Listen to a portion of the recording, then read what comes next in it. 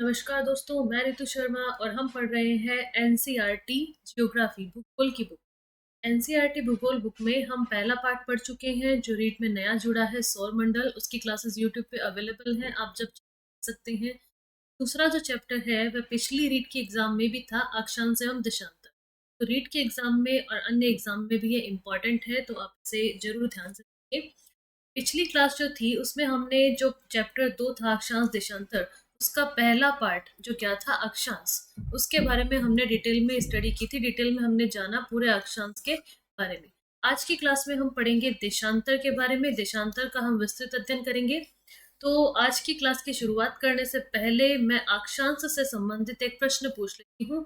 आप लोग कोशिश कीजिए उस प्रश्न का जवाब देने की, और एज यूजुअल इसके बाद जब क्लास पूरी होगी आज की, तब हम ये वाला जो प्रश्न है उसका आंसर डिस्कस करेंगे। तो आज का प्रश्न आप लोगों के लिए यह है। हमने पिछली क्लास में पढ़ा था, आप सभी ने पढ़ा, कर्क रेखा भी आपने पढ़ी और मकर रेखा, इसकी स्थिति भी हमने देखी, कर्क और मकर दोनों रेखा की। आप लोगों को यह बताना है कि कर्क रेखा और मकर रेखा, इन दोनों के मध्य जो अक्षांश हैं, उन अक्षांशों के मध्य इन अक्षांशों के मध्य कितना अंतर है। कर्क रेखा और मकर रेखा के मध्य अक्षांशों का अंतर आपको बताना है। बहुत इजी प्रश्न है, अक्षांशों का अंतर बताना है। तो आप जल्दी से कमेंट बॉक्स में अपना आंसर लिख दीजिए।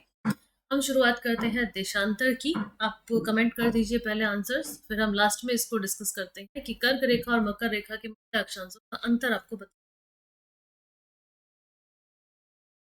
आइए पढ़ते हैं देशांतर। सबसे पहले तो ये कि देशांतर होते क्या है। हमने पिछली क्लास में जाना कि किसी भी स्थान की अगर स्थिति हमको जाननी हो तो स्थिति को बताने के लिए अक्षांशों की आवश्यकता होती है, लेकिन सिर्फ अक्षांश ही नहीं, अन्य जानकारी भी जरूरी है। तो देशांतर होते क्या है।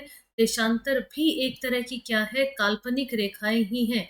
हमने कल्पना करके ही इन रेखाओं को बनाया है जिससे किसी स्थान की स्थिति हम जान पाए।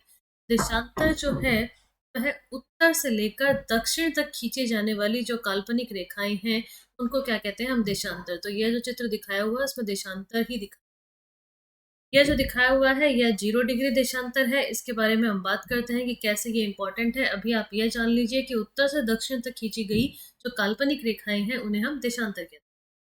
देखिए आगे टेक्स्ट में आप देख सकते हैं कि प्रशांत महासागर में स्थित टोंगा द्वीप एवं हिंद महासागर में स्थित मॉरिशस, ये जो दोनों द्वीप हैं वह एक ही अक्षांश पर 20 डिग्री दक्षिणी अक्षांश पर ही स्थित हैं। दोनों ही जो द्वीप है, टोंगा द्वीप जो कहाँ है, प्रशांत महासागर में, और हिंद महासागर में कौन सा है, मॉरिशस, ये दोनों द्वीप 20 डिग्री दक्षिणी अक्षांश पर स्थित है। लेकिन इनकी सही स्थिति जानने के लिए यह पता करना होगा कि उत्तर ध्रुव को दक्षिण ध्रुव से जोड़ने वाली जो संदर्भ रेखा है उससे पूर्व या पश्चिम की ओर इन स्थानों की दूरी कितनी है। उसके अकॉर्डिंग हम इनकी स्थिति को जान पाएंगे। तो एक जो संदर्भ रेखा का निर्धारण जो किया गया है उसके बारे में हम बात करते हैं कि यह संदर्भ रेखा क्या है। इस संदर्भ रेखाओं को ही क्या कहा जाता है, देशांतरीय यामयोत्तर कहा जाता है। यह नाम है देशांतरीय यामयोत्तर। और उनके जो बीच की दूरी होती है उनको देशांतर के अंशों में मापा जाता है। प्रत्येक अंश को मिनट में और बाद में मिनट को सेकंड में विभाजित किया जाता है। ये क्या होते हैं, ये अर्धवृत्त होते हैं। जो भी ये देशांतर यामयोत्तर है ये अर्धवृत्त होते हैं, और उनके बीच की दूरी ध्रुवों की तरफ बढ़ने पर घटती जाती है और ध्रुवों पर तो क्या हो जाती है, बिल्कुल शून्य हो जाती है। तो जो ये देशांतर हैं इनके बीच की दूरी जब हम ध्रुवों की तरफ बढ़ते हैं तो क्या होती जाती है, इनकी दूरी में कमी आती जाती है, और जब हम बात करते हैं ध्रुव पर तो ध्रुव पर जाकर तो बिल्कुल शून्य हो जाती है। और यही जो ध्रुव है, इन ध्रुवों पर जाकर ही क्या होता है, सभी जो देशांतरीय यामयोत्तर हैं आपस में मिल जाते हैं। देखिए पिछले जो चित्र दिखाया गया उसमें देखिए जो देशांतर का चित्र है, ध्रुवों की जब हम बात करें, यहाँ देखिए ऊपर उत्तर में जब सारे जो देशांतर हैं ध्रुवों की तरफ जब ये आते हैं तो सारे आकर एक ही स्थान पर मिल जाते हैं। ये स्थिति इसकी बात ये यहाँ पर कर रहे हैं। आगे देखिए,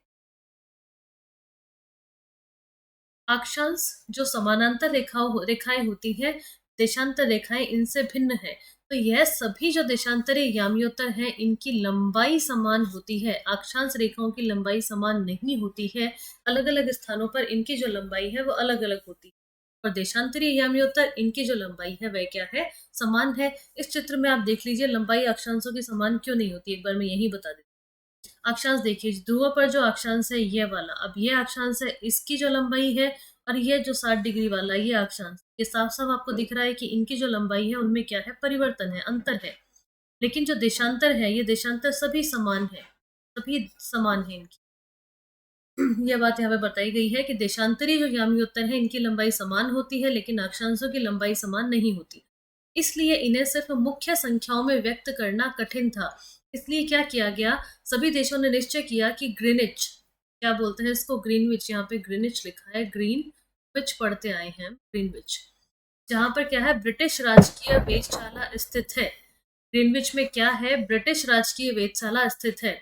यहाँ से गुजरने वाली जो याम्योत्तर है, उससे पूर्व और पश्चिम की ओर गिनती शुरू की जाए, यह उन्होंने निर्धारण किया कि पूर्व और पश्चिम जो याम्योत्तर ग्रीनविच से गुजरता है उसको 0 डिग्री मान लिया जाए और उसके पूर्व और पश्चिम देशांतरों की गिनती शुरू कर ली जाए।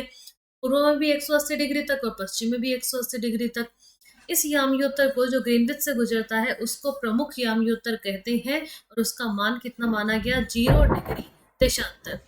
तथा यहाँ से हम 180 डिग्री तो पूर्व में और 180 डिग्री ही पश्चिम तक क्या करते हैं, इसकी गणना करते हैं, दोनों तरफ 180 180। इसका मतलब जो देशांतर है उनकी कुल संख्या कितनी होती है, 360 होती है। प्रमुख याम्योत्तर तथा 180 डिग्री याम्योत्तर मिलकर पृथ्वी को बिल्कुल दो समान भागों में पूर्वी गोलार्ध और पश्चिमी गोलार्ध में विभक्त करते हैं। जिस तरीके से 0 डिग्री जो विषुव है, 0 डिग्री विषुवत रेखा, विषुवत वृत्त, ये देखिए, ये 0 डिग्री अक्षांश रेखा है जिसको हम इक्वेटर, भूमध्य रेखा, विषुवत वृत्त कहते हैं। यह जिस तरह से पृथ्वी को दो भागों में विभाजित करता है, दो गोलार्धों में, कौन कौन से, उत्तरी गोलार्ध और दक्षिणी गोलार्ध, इसी तरीके से जो 0 डिग्री याम्योत्तर है जो ग्रीनविच से गुजरता है, यह 0 डिग्री याम्योत्तर भी पृथ्वी को क्या करता है, दो बराबर भागों में विभक्त करता है, जिसको हम क्या कहते हैं, पूर्वी गोलार्ध और पश्चिमी गोलार्ध। इस तरीके से एक साइड इधर और एक साइड इधर, दोनों में इसका विभाजन है।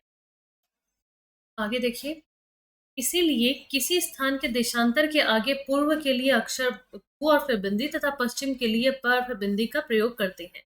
यह जानना रोचक होगा, यह इंपॉर्टेंट है कि 180 डिग्री पूर्व और 180 डिग्री पश्चिम जो याम्योत्तर रेखा है, पश्चिम जो याम्योत्तर है, वह दोनों एक ही रेखा पर स्थित हैं। अलग अलग रेखाएं इसके लिए नहीं है, दोनों के लिए जो रेखा है वह एक ही रेखा है। ये देखिए, मैं आपको दिखाती हूँ कि किस तरीके से 180 डिग्री पूर्व और पश्चिम जो याम्योत्तर है कैसे एक ही रेखा पर स्थित है। इस चित्र में देखिए आप देखेंगे कि देखिए, क्योंकि ये जो ग्लोब है इसको यहाँ पे फ्लैट दिखाया गया, फ्लैट चित्र में। ऊपर देखिए, ऊपर ये बीच में जो है ये है 0 डिग्री, तो ये तो हमारी 0 डिग्री क्या है, याम्योत्तर है, जिसको हम क्या करते हैं, जिससे हमारी पृथ्वी दो भागों में जो ग्रीनविच से गुजरती है, दो गोलार्धों में विभाजित होती है, पूर्वी और पश्चिमी। हम बात कर रहे थे कि 180 डिग्री जो देशांतर है, यहाँ देखिए ऊपर कॉर्नर में ये है 180 डिग्री पूर्व ईस्ट और इधर है 180 डिग्री वेस्ट। तो यह तो हम फ्लैट कागज पर देख रहे हैं, लेकिन ये तो क्या है, हमारा एक ग्लोब है। तो ग्लोब में क्या होगा स्थिति, जब इसको अपन फोल्ड करते हैं, तो फोल्ड करने पर यह जो ऊपर वाला 180 डिग्री है और ये 180 डिग्री ईस्ट, ये दोनों मिलकर एक हो जाएंगे। तो ये इसके लिए सावधानी के लिए और काउंटिंग इजी होने के लिए इन दोनों को एक ही रेखा पर बनाया गया है, जिससे इसको निर्धारण करने में अलग अलग अक्षांशों में और देशांतर में कोई भी तरीके की प्रॉब्लम नहीं आए। तो इस तरीके से हम जान सकते हैं, और यह बात इंपॉर्टेंट है कि 180 डिग्री पूर्वी और 180 डिग्री पश्चिमी जो देशांतर है, वह दोनों एक ही याम्योत्तर, ये दोनों याम्योत्तर एक ही रेखा पर स्थित है। आई होप आपको इससे समझ आ गया होगा। अब हम आगे देखते हैं। अब ग्लोब पर अक्षांश समांतर रेखाओं एवं देशांतरीय याम्योत्तरों के द्वारा बनी ग्रिड को देखो। यहाँ पर देखिए ये ग्रिड बना हुआ है जिसमें हमें अक्षांश और देशांतर सभी दर्शाए गए हैं अलग अलग स्थिति पे। अगर आपको इनमें से किसी स्थान के अक्षांश एवं देशांतर की सही जानकारी हो तो ग्लोब पर आप उस स्थान का पता आसानी से लगा सकते हैं। जैसे कि किसी भी स्थान का वहाँ का अक्षांश, जैसे अगर वो 20 डिग्री अक्षांश पर 30 डिग्री देशांतर पर स्थित है, तो हम उसकी ग्लोब पर स्थिति जान सकते हैं कि कहाँ पर वह पर्टिकुलर स्थान है। उदाहरण के लिए हम देखते हैं कि असम में धुबरी जो है वह 26 डिग्री उत्तरी अक्षांश एवं 90 डिग्री पूर्वी देशांतर पर स्थित है। तो अगर हमको जैसे अब धुबरी का इन्होंने बता दिया कि 26 डिग्री तो उत्तरी अक्षांश है और 90 डिग्री पूर्वी देशांतर है, तो इससे हम ग्लोब पर इसकी स्थिति का पता लगा सकते हैं। तो देखिए यहाँ पर जो ग्रिड बताया हुआ है इसमें तो आपको अच्छे से समझ नहीं आएगा क्योंकि यहाँ पर सिर्फ आपको अक्षांश देशांतर दिखाए गए हैं, प्लेसेस नहीं दिखाई गई है। मैं आपको उसी मैप पर लेकर चलती हूँ। वहां पर हम देखते हैं कि 26 डिग्री उत्तरी अक्षांश और 90 डिग्री पूर्वी देशांतर, यहाँ पर धुबरी जो है इसकी स्थिति हम कैसे आसानी से जान सकते हैं। ये देखिए, तो पहले तो आप क्लियर कर लीजिए कि ये वाली जो रेखाएं हैं ये कौन सी हैं, ये तो अक्षांश रेखाएं हैं और ये वाली कौन सी हैं, देशांतर रेखाएं। तो हमको देखना है 26 डिग्री उत्तरी अक्षांश। तो ये जो 0 डिग्री इक्वेटर है इसके ऊपर के जो अक्षांश है वह कौन से हैं, उत्तरी अक्षांश है। हमको देखना है 26 डिग्री, तो ये 15 है और ये 30 है। तो इसके बीच में यहाँ होगा 25 और इससे हल्का सा ऊपर क्या होगा, 26। तो हम आगे बढ़ते हैं 26। तो 26 डिग्री हम आगे इधर अक्षांश पे आगे बढ़ते हैं। ऊपर बाद में जो हम देखेंगे देशांतर, तो देशांतर पे जो उसकी स्थिति है वह है 90 डिग्री पूर्वी देशांतर। तो इधर जो बताए हुए ये तो सारे क्या है, वेस्ट है, और इधर हमारे हैं ईस्ट। तो ये है 90 डिग्री पूर्वी देशांतर। अब ये लाइन देख लीजिए, 90 डिग्री पूर्वी देशांतर की लाइन, ये अगर इसको हम ड्रॉ करते हैं तो ये यहाँ पर इस तरीके से आती है। इधर से हमने लिया ये अक्षांश, तो इस तरीके से यहाँ जो ये प्लेस आएगा ये आ जाएगा असम का धुबरी। जो क्या बताया गया, पर्टिकुलर उसके अक्षांश से देशांतर की स्थिति से हमने उसकी स्थिति जान ली हमारे ग्लोब पर। तो इस तरीके से हम अगर किसी स्थान का हमें स्थिति उसका अक्षांश देशांतर पता हो तो ग्लोब पर उसको हम आसानी से देख सकते हैं।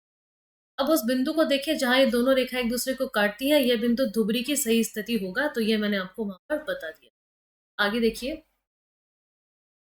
इसको समझने के लिए कागज पर समान दूरी वाली क्षैतिज तथा ऊर्ध्वाधर रेखाएं खींचिए। ऊर्ध्वाधर रेखाओं को संख्या इनसे व्यक्त कर लीजिए। फिर जिन बिंदुओं पर ये ऊर्ध्वाधर ऊर्ध्वाधर किसको बोलते हैं, ये वर्टिकल, ये वाली जो लाइंस होती हैं, और क्षैतिज होती है ये वाली लाइंस। इन रेखाएं एक दूसरे को काटती हैं तो वहां कुछ छोटे वृत्त बना लीजिए। आगे इसमें बताया हुआ है तो एक बार मैं यह नहीं पढ़ रही हूँ, आगे जब बताया जाएगा तो वहां हम उसको और अच्छे से देख लेंगे। वैसे हमने अक्षांश देशांतर देख लिए हैं, इस तरीके से ड्रॉ करके ये बता रहे हैं कि हम अक्षांश और देशांतर जान के फिर उनकी पर्टिकुलर जो स्थिति है वो जान सकते हैं। आगे बात करेंगे इसके बारे में। मान लीजिए कि ऊर्ध्वाधर जो रेखाएं हैं वह पूर्व देशांतर और क्षैतिज रेखाएं उत्तरी अक्षांशों को व्यक्त करती है। इस तरीके से हम जान सकते हैं। आगे देखिए, इस मैप में विश्व के जो टाइम जोन है वह दिखाएं। एक बार मैं इसको सीधा करती हूँ। ये देखिए, यह मैप दिखाया गया है, इसमें विश्व के समय क्षेत्र जो टाइम जोन है वह दिखाए गए हैं। क्योंकि अलग अलग जो विश्व के हमारे क्षेत्र है वहां पर अलग अलग टाइम जोन को लिया गया है। कहीं सिर्फ एक ही टाइम जोन है, कहीं पर एक से ज्यादा है, कहीं दो है, कहीं पांच है। इनके बारे में भी हम देखेंगे आगे कौन से स्थान पर कितने टाइम जोन है। पहले आप ये देख लीजिए यहाँ पर स्थिति की, जैसे ग्रीनविच टाइम है उससे हम कैसे टाइम को कैलकुलेट करते हैं। तो देखिए, यह जो रेखा है जो डॉट डॉट करके ऊपर लिखा भी है ग्रीनिच, तो यह जो डॉट डॉट वाली लाइन वाली ब्रेक लाइन वाली जो है, तो ये वाली जो रेखा है ये ग्रीनविच है। हमने पढ़ा था पहले कि ग्रीनविच से जब हम पूर्व की तरफ जाएंगे तो यहाँ जो समय होगा पूर्व की तरफ वह क्या होगा, आगे होगा। और ग्रीनविच से जब हम इधर पश्चिम की तरफ आएंगे तो यह समय क्या होगा, उससे पीछे होगा। तो जैसे देखिए ये ग्रीनविच रेखा, इससे हम आगे बढ़ते गए तो इधर +1 1 आर ज्यादा, फिर +2 +3 +4 +5, इस तरीके से जो आर्स है वो बढ़ते जाएंगे, घंटे बढ़ते जाएंगे। इसका मतलब इधर के जो भी एरियाज होंगे, जो भी क्षेत्र होंगे, वो समय में इन वाले क्षेत्रों से आगे होंगे क्योंकि हम ग्रीनविच के अकॉर्डिंग समय की काउंटिंग करते हैं। इसी वजह से जो हमारे यूएसए ये वाले जो क्षेत्र हैं इनका जो टाइम है हमारे से पीछे होता है, और हम जो इंडिया में रहते हैं हमारा टाइम जो है वो इनसे आगे रहता है। और इंडिया से भी आगे जो भी ये क्षेत्र पाए जाएंगे इधर, जैसे बैंकॉक वाला और जो एरिया है, तो इनमें टाइम का जो है इसी तरीके से हर अक्षांश के और देशांतर के अकॉर्डिंग डिफरेंस आता जाता है। तो यह हमें जानना था कि किस तरीके से हमारे जो क्षेत्र हैं वो आगे रहते हैं ग्रीनविच से टाइम में, किस वजह से कुछ क्षेत्र टाइम में पीछे रह जाते हैं। और टाइम का जो निर्धारण है वह किस तरीके से होता है, अक्षांशों की आपस में एक दूसरे अक्षांश पर जो दूरी है उसके अकॉर्डिंग होता है। तो वह भी हम आगे पढ़ेंगे कि किस तरीके से अक्षांशों के बीच की दूरी से हम टाइम का निर्धारण करते हैं। तो आगे चलते हैं। देखिए, अब हम देखते हैं देशांतर और समय। देशांतर जो है उसका समय से किस तरीके से कनेक्शन है और समय हम कैसे निर्धारण करते हैं। देखिए,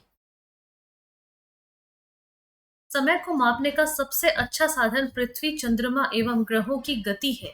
इस तरीके से ये मूवमेंट इनमें होता है, गति करते हैं, उसी से समय को मापा जाता है। सूर्योदय एवं सूर्यास्त प्रतिदिन होता है, अतः स्वाभाविक ही यह पूरे विश्व में समय निर्धारण का सबसे अच्छा साधन है। स्थानीय समय का अनुमान सूर्य के द्वारा बनने वाली परछाई से लगाया जा सकता है। जब पहले घड़ी नहीं थी तो लोग जो सूर्य की परछाई होती थी उसी से समय का निर्धारण करते थे।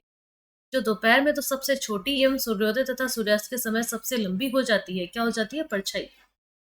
ग्रीनविच पर स्थित प्रमुख याम्योत्तर पर सूर्य जिस समय आकाश के सबसे ऊंचे बिंदु पर होगा, उस समय याम्योत्तर पर स्थित सभी स्थानों पर क्या होगी? दोपहर होगी। इस तरीके से कैलकुलेट किया जाता है टाइम को कि ग्रीनविच जो है उस पर प्रमुख याम्योत्तर है। उस पर जब सूर्य जिस भी समय में आकाश में सबसे ऊंचे बिंदु पर होता है, वहां माना जाता है कि वहीं के उस याम्योत्तर पर जितने भी स्थल हैं, वहां पर दोपहर होती है। पृथ्वी हमारी क्या करती है? पश्चिम से पूर्व की ओर चक्कर लगाती है। इसी वजह से वे स्थान जो ग्रीनविच के पूर्व में हैं, उनका समय तो ग्रीनविच समय से आगे होगा और जो पश्चिम में है उनका समय क्या होगा? पीछे रह जाएगा। जो हमने चित्र 2.8 में देखने के लिए बताया, तो वो गणना के लिए एक बार हम देखते हैं। समय के अंतर की दर की गणना निम्नलिखित विधि से की जा सकती है। ये देखिए, ये बहुत इंपॉर्टेंट है कि कैसे समय का अंतर बहुत बार हमें इन सब चीज़ों में कन्फ्यूज़न होता है कि किस तरीके से ये समय में अंतर होता है एक स्थान से दूसरे स्थान पे। तो देखिए, पृथ्वी क्या करती है? लगभग 24 घंटे में अपने अक्ष पर 360 डिग्री घूम जाती है। उसी से हमारे एक दिन का निर्धारण होता है। 24 घंटे में पृथ्वी कितना घूमती है? 360 डिग्री घूमती है। इसका मतलब क्या हुआ कि वह 1 घंटे में 15 डिग्री और 4 मिनट में 1 डिग्री घूमती है। किस तरीके से निर्धारित किया है ये देखिए। देखिए, जैसे 360 डिग्री है, 360 डिग्री घूमने में पृथ्वी को लग जाते हैं 24 घंटे। तो 24 को डिवाइड किया 360 को हमने डिवाइड किया 24 से, तो कितना आता है? 15। इसका मतलब 15 डिग्री वह कितने टाइम में घूमती है? 1 घंटे में। 1 घंटे में 15 डिग्री घूम जाती है। तो अगर वो 15 डिग्री 1 मिनट में घूमती है, 1 मिनट में कितने 1 घंटे में कितने मिनट होते हैं? 60 मिनट होते हैं। 1 घंटे में अगर वो 15 डिग्री घूमती है, तो 60 मिनट यानी कि 4 मिनट में वह 1 डिग्री पूरा कर पाती है। कितना? 1 डिग्री घूमने में उसको 4 मिनट लग जाते हैं। 60 को हम डिवाइड कर लेते हैं 15 से, तो आते हैं 4। इसका मतलब अगर 4 मिनट में वो घूमती है तो सिर्फ 1 डिग्री घूमती है। इस तरीके से हम कैलकुलेट करते हैं। इसी वजह से जब ग्रीनविच में दोपहर में 12 बजते हैं, तब ग्रीनविच से 15 डिग्री पूर्व में समय कितना होगा? 15 प्लस 4 60 मिनट, अर्थात ग्रीनविच समय से 1 घंटा आगे हो जाएगा। अर्थात वहां पे क्या बजेगा? दोपहर का 1 बज जाएगा। लेकिन ग्रीनविच से 15 डिग्री पश्चिम जो उससे पीछे होंगे, तो उनका समय 1 घंटे क्या हो जाएगा? पीछे होगा। यानी कि वहां पर क्या बजेंगे? वहां सुबह 11 बज रहे होंगे।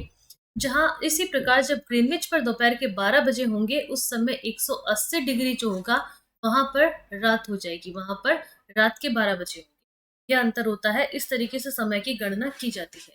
तो इस तरीके के प्रश्न पूछे जा सकते हैं। किस तरीके से पूछे जाते हैं? किसी भी स्थान की आपको स्थिति दे दी जाती है और उससे पूछा जाता है कि ग्रीनविच से इतने डिग्री अक्षांश पर, इतने अक्षांश पर यह प्लेस स्थित है। तो अगर ग्रीनविच पर समय हो रहा है, 12 बज रहे हैं अगर सुबह के, तो उस स्थान पर कितने बजे होंगे?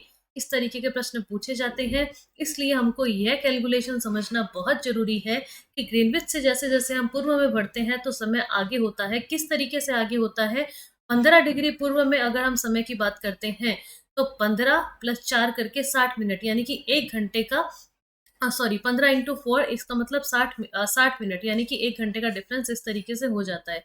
तो यह हमको कैलकुलेट करना होगा। इस तरीके के प्रश्न मैं आपसे पूछूंगी बाद में। देर बाद कुछ प्रश्न इससे संबंधित भी हम बात करेंगे। किसी भी स्थान पर जब सूर्य आकाश में अपने उच्चतम बिंदु पर होता है, दोपहर में उस समय घड़ी में दिन के क्या बजते हैं? 12 बजते हैं। इस प्रकार घड़ी के द्वारा दिखाया गया समय उस स्थान का क्या हो जाता है? स्थानीय समय, लोकल समय हो जाता है। आप देख सकते हैं कि दिए गए देशांतरी याम्योत्तर पर सभी स्थानों का स्थानीय समय जो है वह समान है। ऊपर जो टाइम जोन हमको दिखाया था अलग अलग चित्रों का, वहां पर दिखाया गया था कि देशांतरीय याम्योत्तर अगर कोई एक समान है, तो उस याम्योत्तर के सभी स्थानों का जो लोकल टाइम है वह समान ही रहता है। अब मैं कुछ प्रश्न पूछ लेती हूँ आपसे, हम डिस्कस कर लेते हैं इससे टाइम से संबंधित, तो आपके दिमाग में और सब चीज़ें क्लियर हो जाएंगी। तो मैं आपको इसके लिए लेकर चलती हूँ पहले टाइम वाले मैप पर, जिससे आप आसानी से कैलकुलेट कर पाएंगे। हाँ, यहाँ देखिए, तो सबसे पहले तो आप यह बात जान लीजिए कि ग्रीनविच का जो समय है और हमारे भारत में जो समय है, उसमें टोटल 5.5 घंटे का डिफरेंस है। मैंने आपको बताया कि जैसे-जैसे हम आगे बढ़ते हैं इधर टाइम में डिफरेंस आता है। तो अगर हम भारत की बात करें तो यहाँ तक आते-आते हमारे यहाँ 5.5 घंटे का डिफरेंस आ जाता है। तो इसके अकॉर्डिंग ही हमको क्या करना है, कैलकुलेट करना है। क्वेश्चन तो इस तरीके का भी पूछ लिया जाता है कि भारत का जो मानक समय है जिसको हम क्या बोलते हैं, आईएसटी, इंडियन स्टैंडर्ड टाइम। तो इंडियन स्टैंडर्ड टाइम में और ग्रीनविच का जो मध्य समय है, इनमें अंतर कितना है? तो इसमें अंतर कितना है, 5.5 घंटे का अंतर है। और ये ध्यान रखना है कि ये माइनस में नहीं है, 5.5 घंटे प्लस होते हैं। हम क्या है, 5.5 घंटे आगे हैं। तो इंडियन स्टैंडर्ड टाइम और ग्रीनविच समय में 5.5 घंटे का अंतर है। जो इंडियन स्टैंडर्ड टाइम क्या है, ग्रीनविच से 5.5 घंटे ज़्यादा है, आगे है। अब देखिए कुछ प्रश्न। पहला प्रश्न मैं आपसे पूछती हूँ। देखिए हमारे इंडिया का, भारत का जो इंडियन स्टैंडर्ड टाइम है, जो हमारा मानक समय हम लेते हैं, वह किससे लेते हैं, किसको माना गया है, कौन से देशांतर को माना गया है? क्योंकि ग्रीनविच से हम बहुत आगे हैं। तो हमने जो लोकल टाइम निर्धारण करने के लिए देशांतर निर्धारित किया है, वह है 82.5 डिग्री पूर्वी देशांतर। 82.5 डिग्री या 82 डिग्री 30 मिनट, कौन सा पूर्वी देशांतर हमने लिया है। ये अभी इसलिए बता रही हूँ क्योंकि प्रश्न सॉल्व करने में आपको आसानी रहेगी। अब देखिए प्रश्न यह है कि अगर 82.5 डिग्री जो पूर्वी देशांतर है भारत का मानक समय, इस भारतीय मानक समय याम्योत्तर पर स्थिति अगर मध्याह्न की है, मतलब अगर दोपहर के 12 बजे हैं, 82.5 डिग्री पूर्वी देशांतर पर दोपहर के 12 बजे हैं, तो 120 डिग्री पूर्वी देशांतर, 120 डिग्री पूर्वी देशांतर पर समय क्या होगा, यह बताना है आपको। 82.5 डिग्री पूर्वी देशांतर पर 12 बज रहे हैं, तो 120 डिग्री पूर्वी देशांतर पर समय क्या होगा? जल्दी से बताइए, आप लोगों की अच्छी प्रैक्टिस हो जाएगी, इससे इस तरीके के प्रश्न पूछे जाएंगे। तो आपको 120 डिग्री पूर्वी देशांतर का लोकल समय बताना है। किस तरीके से आप कैलकुलेट करेंगे, जल्दी से बताइए आंसर।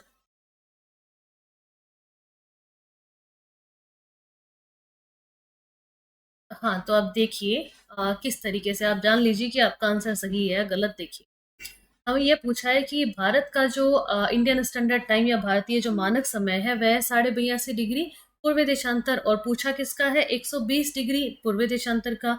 तो सबसे पहले तो हम देखेंगे कि 120 डिग्री जो पूर्वी देशांतर है और 82.5 डिग्री पूर्वी देशांतर, इनके बीच में अंतर कितने देशांतर का है। तो इनके बीच अगर हम माइनस करते हैं 120 से 82.5 डिग्री, तो इसमें अंतर रह जाता है 37 डिग्री 30 मिनट का। 37 डिग्री 30 मिनट का।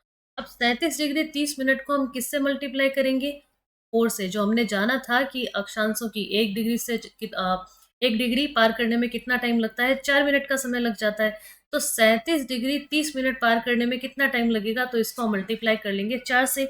तो 4 से मल्टीप्लाई करने पर आता है 150 मिनट, 150 मिनट।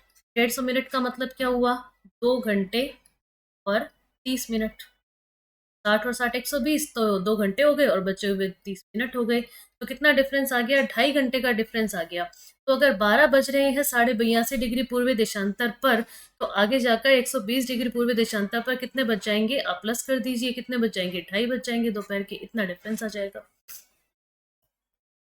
एक प्रश्न आप और देख लीजिए, उसके बाद हम आगे बढ़ेंगे, इससे आपकी अच्छी प्रैक्टिस हो जाएगी। अगला प्रश्न देखिए, एक बार इसको इरेज कर देते हैं।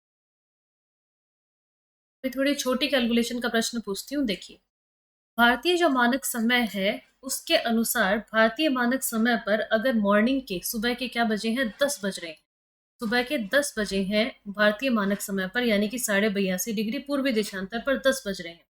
आपको यह बताना है कि अगर यहाँ पर 10 बजे हैं तो 92 डिग्री पूर्वी देशांतर पर क्या समय होगा। इस पर 92 डिग्री पूर्वी देशांतर पर क्या समय होगा, यह आपको बताना है। इसकी छोटी कैलकुलेशन है, आप जल्दी से करके बता दीजिए। भारतीय मानक समय पर सुबह के 10 बजे हैं और 92 डिग्री पूर्वी देशांतर पर आपको बताना है कि क्या समय होगा।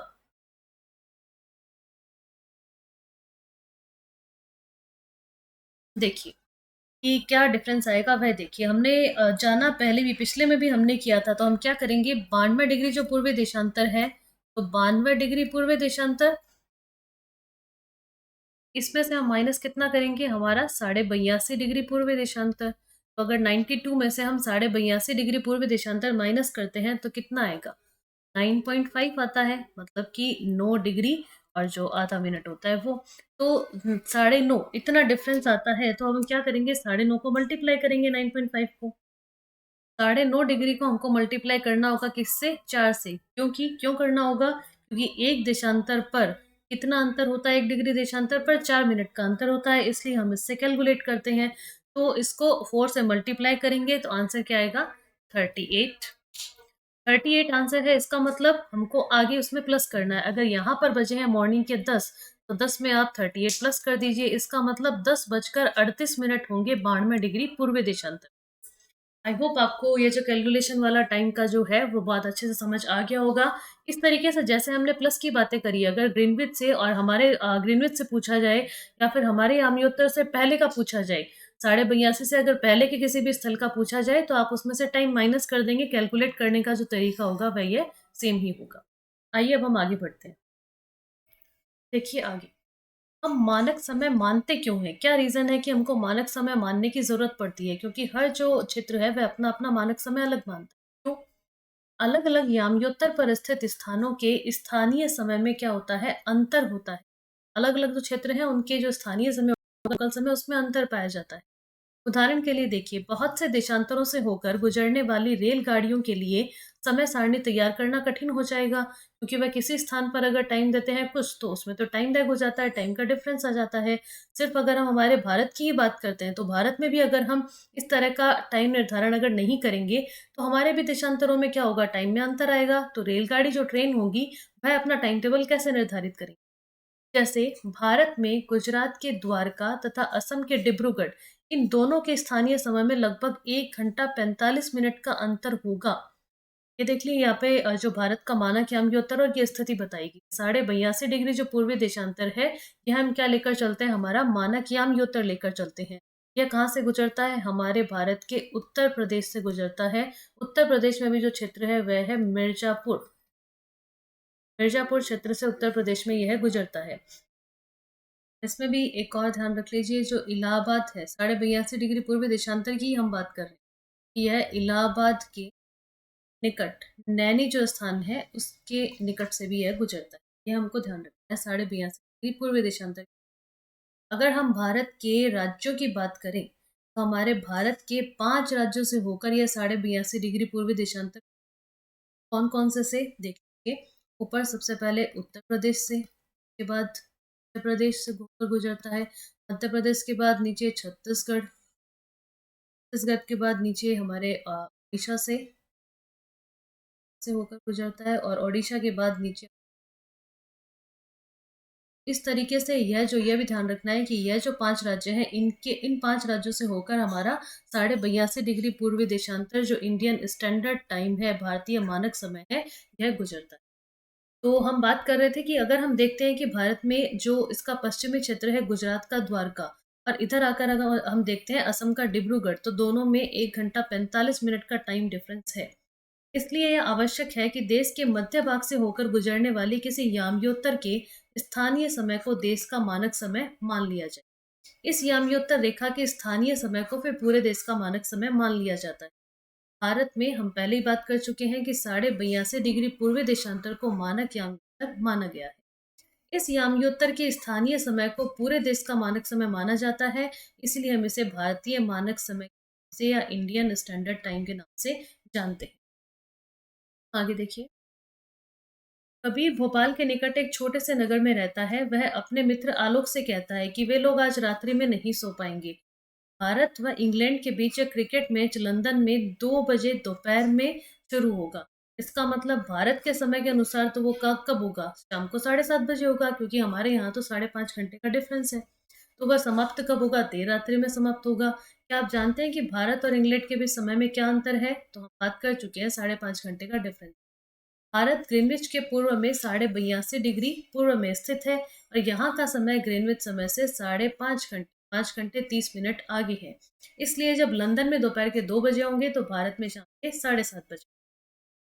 आगे देखिए, अब कुछ देशों का देशांतरी विस्तार जो है अधिक होता है। इसके कारण वहाँ एक से अधिक मानस मानक समय अपनाए गए हैं।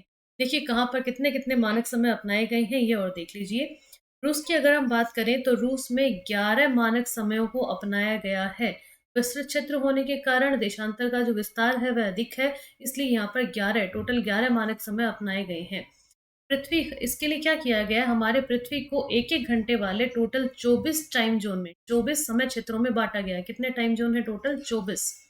इस प्रकार प्रत्येक समय क्षेत्र 15 डिग्री देशांतर तक के क्षेत्र वाला हो जाता है, इसीलिए इस तरीके से पूरा 360 जो है कवर हो जाता है पूरा क्षेत्र। तो रूस में कितने हैं? 11 मानक समय। इसी तरह से जैसे रूस में 11 है, इसी तरीके से जो कनाडा है, कनाडा कनाडा में कितने टाइम ज़ोन है? इस तरीके के प्रश्न भी पूछ लिए जाते हैं। कनाडा में 5 टाइम ज़ोन है, 5 समय कटिबंध है।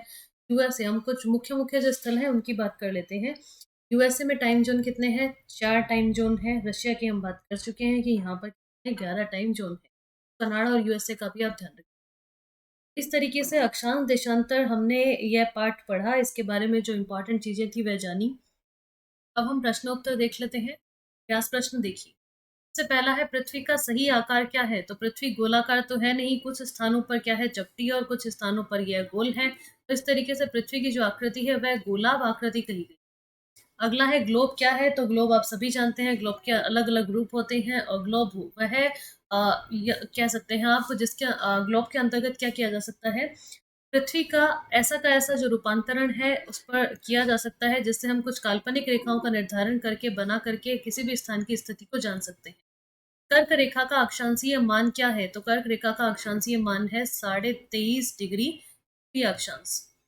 पृथ्वी के 3 ताप कटिबंध कौन से हैं? हमने पढ़े थे, पृथ्वी के 3 ताप कटिबंध हैं, उष्ण कटिबंध, शीतोष्ण कटिबंध, और अगला क्या है, शीत कटिबंध। उष्ण, शीतोष्ण और शीत कटिबंध, ये 3 ताप कटिबंध। अक्षांश एवं देशांतर रेखाएं क्या है? तो हमने बात करी, अक्षांश रेखाएं पूर्व से पश्चिम की ओर खींचेगी काल्पनिक रेखाएं, देशांतर उत्तर से दक्षिण तक खींचेगी काल्पनिक रेखाएं, देशांतर रेखा। ऊष्मा की सबसे अधिक मात्रा उष्ण कटिबंध क्यों प्राप्त करते हैं? क्योंकि इस स्थान पर सूर्य जो है अपना प्रकाश, सूर्य की किरणें सीधी पड़ती हैं, इसलिए इस क्षेत्र पर ज्यादा ऊष्मा प्राप्त होती है। जब भारत में शाम के 5:30 बजते हैं, तब लंदन में दोपहर के 12 क्यों बजते हैं? तो ये हम बात कर चुके हैं कि हम जो फॉलो करते हैं वो इंडियन स्टैंडर्ड टाइम, और जो लंदन में है ग्रीनविच, उसमें टोटल 5.5 घंटे का टाइम डिफरेंस है, इसलिए इस तरीके से टाइम में अंतर आता है। आगे देखिए, सही उत्तर चिन्हित कीजिए। सबसे पहले है, प्रमुख यामयोत्तर का मान कितना है? प्रमुख यामयोत्तर है 0 डिग्री। अगला है, शीत कटिबंध किसके नजदीक पाया जाता है? ध्रुव, विषुवत रेखा और कर्क रेखा। तो शीत आपको पता है ध्रुवों के नजदीक। देशांतरों की कुल संख्या 360 है। दक्षिणी ध्रुव वृत्त स्थित है। दक्षिणी ध्रुव वृत्त वह उत्तरी गोलार्ध में है, दक्षिणी गोलार्ध में या पूर्वी गोलार्ध में? दक्षिणी ध्रुव दक्षिणी गोलार्ध में स्थित है। अगला है, ग्रिड किसका जाल है? तो ग्रिड अक्षांश रेखाओं एवं देशांतरीय यामयोत्तरों का जो जाल है उसको क्या कहा जाता है? ग्रिड कहा जाता है। आगे देखिए, खालिस्तान मकर रेखा पर स्थित है। मकर रेखा कहाँ पर स्थित है? 23.5 डिग्री दक्षिणी अक्षांश पर स्थित है। भारत का मानक यामयोत्तर इंडियन स्टैंडर्ड टाइम क्या है? हमने अभी पढ़ा है, 82.5 डिग्री पूर्वी देशांतर, यह है हमारा हमारा मानक यामयोत्तर। 0 डिग्री यामयोत्तर को प्रधान यामयोत्तर, प्राइम मेरिडियन, प्रधान यामयोत्तर के नाम से जाना जाता है। अगला प्रश्न, देशांतरों के बीच की दूरी की तरफ घटती जाती है। किसकी तरफ घटती जाती है? ध्रुवों की तरफ घटती जाती है। उत्तरी ध्रुव वृत्त कौन से गोलार्ध में स्थित है? उत्तरी गोलार्ध में स्थित। इस तरीके से इस पाठ से संबंधित जो अभ्यास प्रश्न थे उनके बारे में हमने बात करी, हमने जाना, हमने अक्षांश और देशांतर दोनों इस पाठ में पढ़े हैं। अब आज जो मैंने शुरुआत में प्रश्न पूछा था, हम उसके बारे में बात कर लेते हैं, और फिर आज की क्लास को हम पूरा करेंगे और अगली क्लास में हम अगला टॉपिक। तो देखिए, आज प्रश्न यह पूछा गया था कि कर्क रेखा एवं जो मकर रेखा है, कर्क रेखा और मकर रेखा, इन दोनों के मध्य कितने अक्षांश का अंतर है? कितने अक्षांशों का अंतर है, यह पूछा। तो देखिए, कर्क रेखा की स्थिति क्या है? 23.5 डिग्री उत्तरी अक्षांश, और मकर रेखा की स्थिति क्या है? 23.5 डिग्री कौन सा अक्षांश है? दक्षिणी अक्षांश है कि 0 डिग्री जो इक्वेटर है, भूमध्य रेखा है, उस 0 डिग्री से 23.5 डिग्री उत्तरी अक्षांश से ऊपर और 23.5 डिग्री दक्षिणी अक्षांश नीचे। तो 23 और 23 हो गया 46, और आधा आधा मिलकर हो गया +1। इसका मतलब इनमें अंतर कितना है? 47 डिग्री अक्षांशों का अंतर है कर्क और मकर रेखा के बीच में। बहुत आसान सा प्रश्न था। तो आज की क्लास में हम इतना ही पढ़ेंगे। आई होप आप सभी को क्लास पसंद आई होगी, अच्छी लगी होगी। आपके ऑलमोस्ट सभी एग्जाम के पॉइंट ऑफ व्यू से ये बहुत इंपॉर्टेंट क्लास है। तो आप सभी को अगर अच्छी लगी हो तो आप ज़रूर अपने दोस्तों के साथ भी इसको शेयर करें।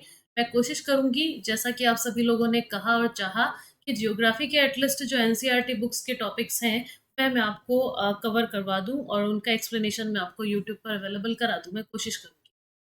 आज की क्लास में इतना ही। हम मिलेंगे अगली क्लास में पृथ्वी की गतियां, जो नया नेक्स्ट जो टॉपिक है उसके साथ। ओके, तो आज की क्लास इतनी ही। Thank you very much.